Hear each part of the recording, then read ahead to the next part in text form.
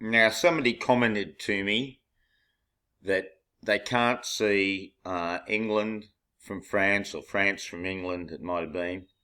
France from England from Dover on a clear day.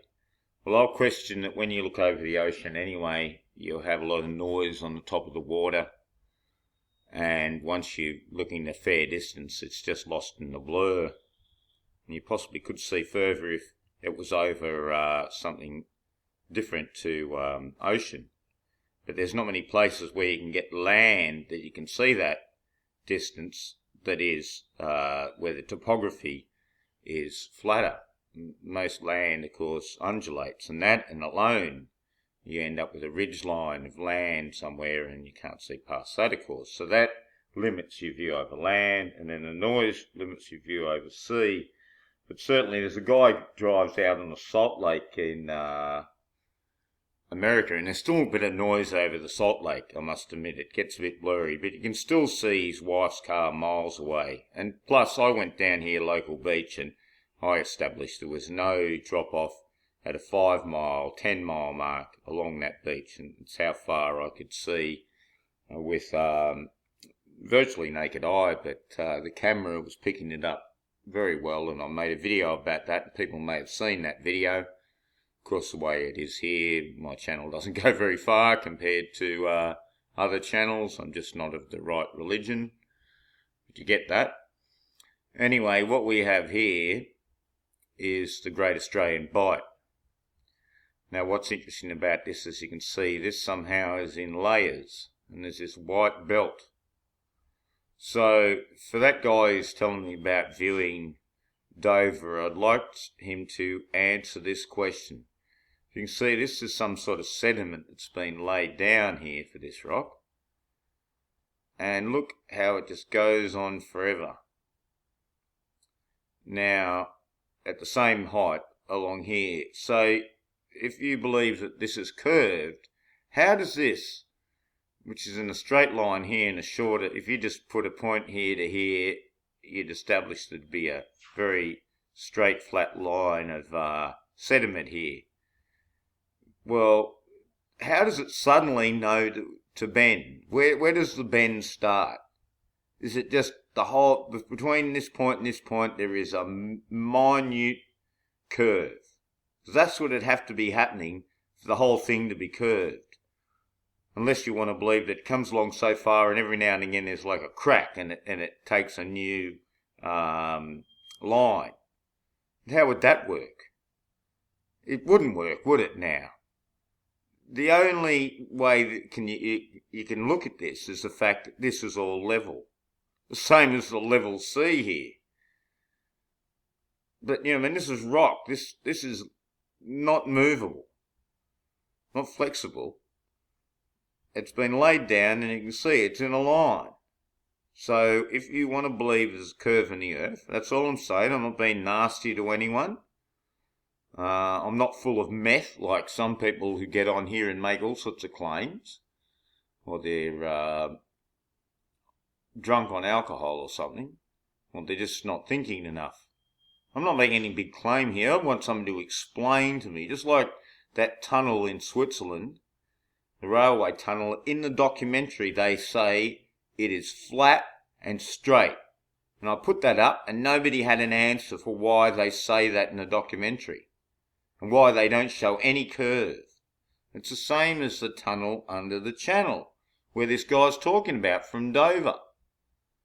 Quite an amazing place here, so it's worth looking at these images. But you see this white bit in all the images goes on forever. Well, not forever, but a long, long way. Well, here's a bit of a map for you of the area if you're not familiar with it. They call it the Great Australian Bight. It starts from here, which is in WA, and it curves in, you see, i.e. the Bight. And this area here is in what we call South Australia. The border between the two is about here. So if you go and look on Google Earth, you'll see, Google Earth yourself, I should say, you'll see this here, the Great Australian Bight. So there's going to be a lot of curve, according to the globe theory, in this distance And so that rock that I showed you, that strataed rock, is going to have a curve in it the whole way. Well, we just can't see that curve looking at it. This would be somewhere they could nearly, with good instruments, measure how level or curved it is. I'm just trying to think how you might do this. But it's certainly a real idea of something flat, isn't it now? Look at it. We've got another thing in Australia too called Fraser Island, which I think also proves that this existence has to be on a level plane. Now, Fraser Island is a sand island, built completely of sand. There are some rocks that are sort of covered over with the sand along here. Obviously, that's what's been there to hold the sand. You can see how long this beach is here, and it goes for a long way, as you can see. So you've got to accept that this beach, this sand grains, they all know to fall into place on that curved style idea.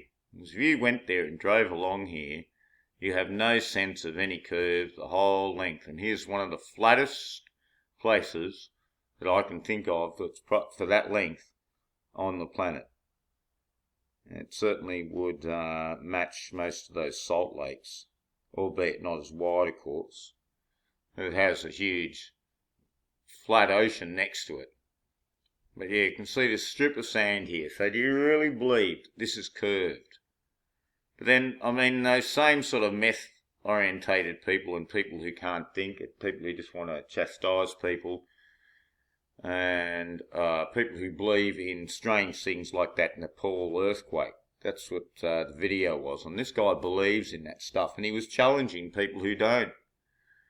Saying, oh, you're nuts, it all happened. And we know what fraud was involved in that. And then they can't see this. This is just, look, as far as the eye can see, both ways, this is just the tail end of it, of course. It's a long island, all sitting in the ocean of sand, and has these suspended lakes in it. Let me show you them. So yes, perched up high in the sand dune. And you can see here's the shore around, a few miles wide, this particular one. So you'd have to believe that the surface of this is curved. It doesn't make sense at all, does it? It's just like a little drop of water in your level. It stays level, or a glass. It's all level. This is level inside this here perched lake. Beautiful, as you can see. So it's going to have curve this way and this way, is it? I just can't see it. Those rocks show you this whole island structure. Miles of flat Fraser Island.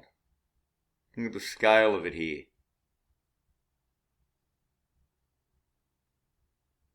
And there it is. So if you think this is curved, prove it to me somehow. Because if you went there and drove along it, I think you'd have a real appreciation for how flat something can be. This whole beach, several hundred kilometres long. And it is just flat as what we say in Australia, flat as a tack. Well, there you go. It gives you an idea. All that length. There'd be a whopping big curve in this if there's a globe. It's just been laid down, same as the other that I showed you with the bite. Here's your bite.